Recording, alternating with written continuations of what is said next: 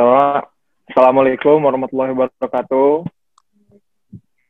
Nah, terima kasih atas waktunya untuk semua teman-teman media yang sekarang lagi nonton atau lagi dengerin preskon virtual ini. Jadi pada kesempatan kali ini kami dengan bahagia dan senang banget ya untuk mengabarkan kepada teman-teman media maupun teman-teman di Instagram dan teman-teman semuanya lagi pada dengar virtual video ini. Bangun dia.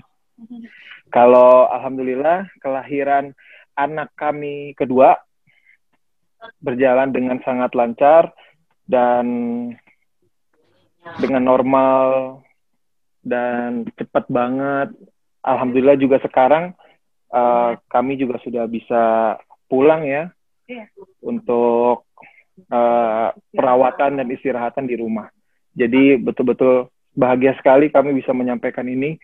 Pertama, eksklusif di teman-teman wartawan maupun di Instagram live Rumah Sakit Ibu dan Anak Bina Medica dan Iris Bella, istri saya. Begitu. Nah, untuk selanjutnya silakan tadi mau nanyain. Dia lagi bangun loh dia. Oke, kita mungkin akan langsung, kalau misalkan teman-teman media ada yang punya pertanyaan, silakan ditanyakan di kolom chat.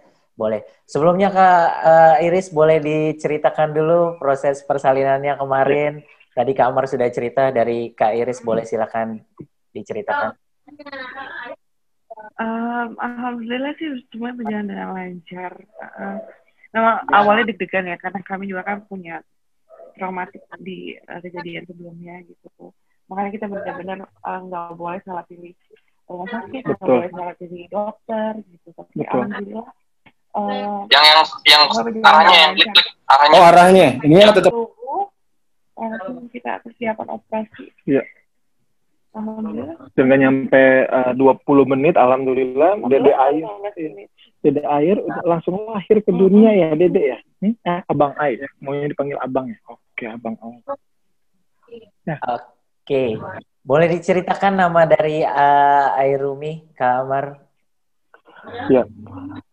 Jadi kenapa kami banyak yang bertanya juga, kenapa sih namanya Air Rumi Akbar 1453, dan kenapa harus ada angkanya juga? Karena itu kan 1/1000 kali ya orang yang punya nama 1453, ataupun ada Air nama orang gitu ya.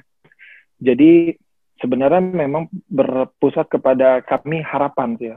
Harapan kami kenapa dimulai dari dari nama Air, karena seperti yang sama-sama kita tahu, ketika kita sudah tahu air pasti relate otak kita, pikiran kita, air itu adalah untuk diminum, air putih, sumber kehidupan, air itu seperti itu, penuh manfaat. Jadi memang harapan kami dari pada Abang Ai ini, insya Allah kelak di masa depannya dia nanti sudah besarnya, dia bisa menjadi sumber kehidupan bagi semua orang, juga bisa menjadi bermanfaat untuk semua orang, dan juga dia mempunyai jiwa yang rendah hati dan mengalir terus. Dia bisa menjadi siapapun gitu loh. Seperti air yang ketika ditaruh di dalam gelas dia akan menjadi gelas, ketika dia taruh di dalam bak dia akan menjadi bak gitu ya. Jadi apapun dia intinya shapeless and formless. That's point that. Begitu. Dan kenapa Rumi? Rumi karena saya suka sekali dengan tokoh Sufi Jalaluddin Rumi, Syekh Mevlana Jalaluddin Rumi. Dan syair-syair itu begitu bagus ya. Kami berharap dia juga bisa menjadi filosofi tentang pecinta, bagaimana mencintai kepada sang pencipta, dan bagaimana caranya mencintai kepada hablum minan nas, kepada sesama manusia gitu loh. Jadi dia mempunyai jiwa yang lembut dan bijaksana. Dan Rumi pun juga arti dari bahasa Sanskerta adalah tampan ya, atau daya tarik. Jadi kami berharap juga ya, selain dia bijaksana, dia juga tampan seperti bapaknya gitu ya. Dan Akbar, karena nama saya sebenarnya itu kan Muhammad Ahmad Akbar. Jadi saya ingin menaruh semua anak-anak saya yang laki-laki, insya Allah akan saya taruh belakangnya itu Akbar. Dan akbar itu juga punya arti besar ya, yang artinya kalau di bahasa Arab itu kan besar. Ya, seperti bapaknya mungkin ya, dia badannya dia besar, ya. Hidungnya juga sama, kayak bapaknya itu besar, cuma mukanya kayak mamanya. Alhamdulillah. Dan terakhir, kenapa ada angkanya 1453. Jadi angka itu 1453, kalau teman-teman wartawan atau teman-teman yang lagi pada nonton video ini, kalian bisa cek di Google 1453 itu apa. Jadi maka kalian akan ketemu di situ adalah saksi sejarah yang dimana Muhammad Sultan Al-Fatih yang menaklukkan kota Konstantinopel yang sekarang ini berganti menjadi kota Istanbul atau Turki yang kita tahu.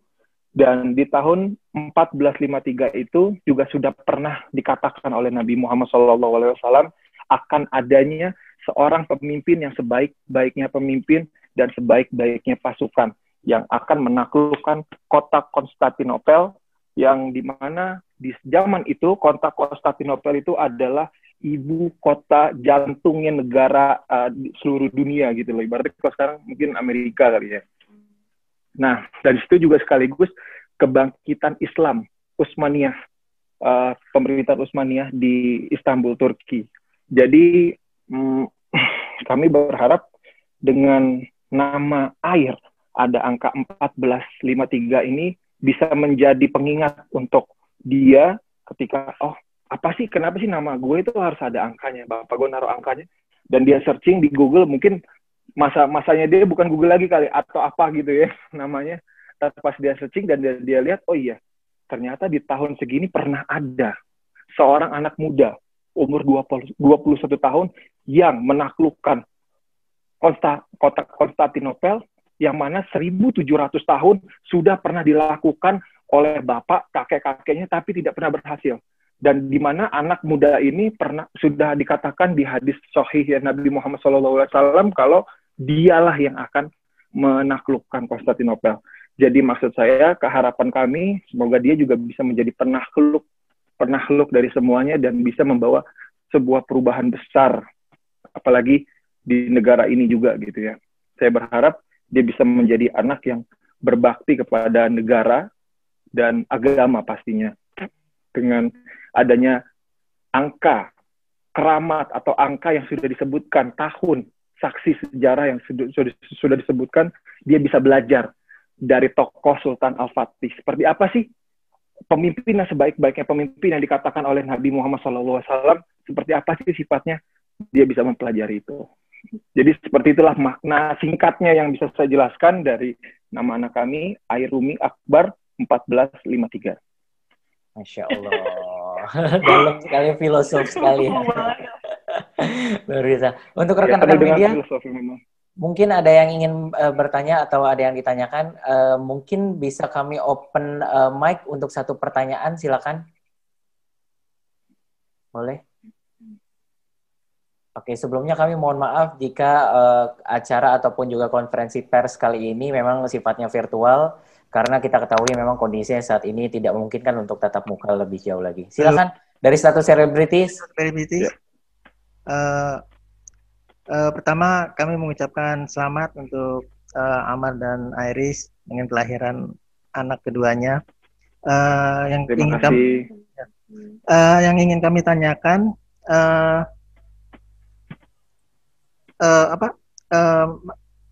Mas Amar emang waktu persalinan itu sempat tegang ya kalau aku ngeliat di vlognya ini, terus pas udah lahir, terus Amar terlihat menangis gitu.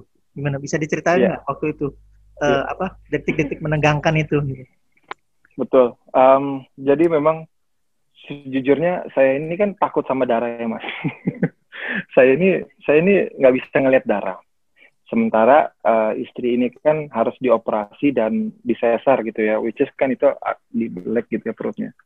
Dan di situ yang saya pikirin, aduh, saya kuat apa enggak ya? Saya takutnya malah menyusahkan kan, nggak lucu kan kalau tiba-tiba saya pingsan gitu kan di sana karena ngelihat istri saya dibelek gitu kan. Tapi alhamdulillah ini pengalaman saya pribadi gitu ya. Saya pikir tuh awalnya saya tegang sekali. Saya pikir ruang operasi itu menakutkan gitu ya, karena saya belum pernah, sejujurnya belum pernah masuk ke dalam ruang operasi ibu hamil gitu ya untuk melahirkan. Dan tapi ternyata pas saya masuk ke dalam ruangan itu, ya Allah, ternyata berbeda loh suasananya itu. Ada musiknya, terus dokter-dokternya sangat bisa membawa suasana yang tadinya tegang, hati saya bisa jadi tenang, bisa jadi ketawa, bahkan bisa ngobrol sama dokternya sambil dokter-dokter itu sambil melakukan tindakan, dia sambil ngobrol biasa banget gitu, kayak memang udah tampil untuk melakukan itu gitu ya. Nah itu juga membuat saya jadi kayak tenang. Terus kamu sempat tegang juga. Tegang pastilah ya. Maksudnya tegang itu lebih ke ini loh. Ya Allah, bentar lagi saya akan melihat kopian saya gitu. Kopian saya dan kopian Iris disatukan seperti apa ya kan itu. Jadi bukan cuman orang-orang yang menunggu kabar baik ini gitu kan. Deg-degan. Saya pun apalagi lebih deg-degan gitu ya. Karena sejujurnya saya kan sudah pernah, sejujurnya kan saya trauma juga, kenangan yang cukup gimana ya, cukup yang membuat saya itu nggak akan lupa gitu ya, ketika si kembar kemarin, Ayona dan Ayora, anak pertama kami, meninggal. Dan di situ kan saya yang berperan banget gitu ya untuk mengurusi jenazah anak saya, dan saya juga yang ngebawa si kembar sampai ke dalam liang kuburnya. Jadi betul-betul rasa itu ternyata gitu loh, masuk. Saya merasakan itu, jangan sampai, makanya itu saya berdoa terus kepada Allah, ya Allah, lancarkanlah, mudahkanlah semuanya. Dan alhamdulillah Allah memberikan itu semua gitu loh. Nggak sampai waktu 20 menit, ya mungkin 15 menit, ya si Dede Air, Abang Ais sudah keluar. Dan di situ saya betul-betul takjub ngelihat, ya Masya Allah, kuasa Allah gitu loh, kebesaran Allah. Di situ saya betul-betul melihat, ya Allah, ini muka saya, muka Iris, saya nggak nyangka gitu. Dan itu adalah momen yang nggak akan pernah saya lupain sampai seumur hidup saya gitu ya.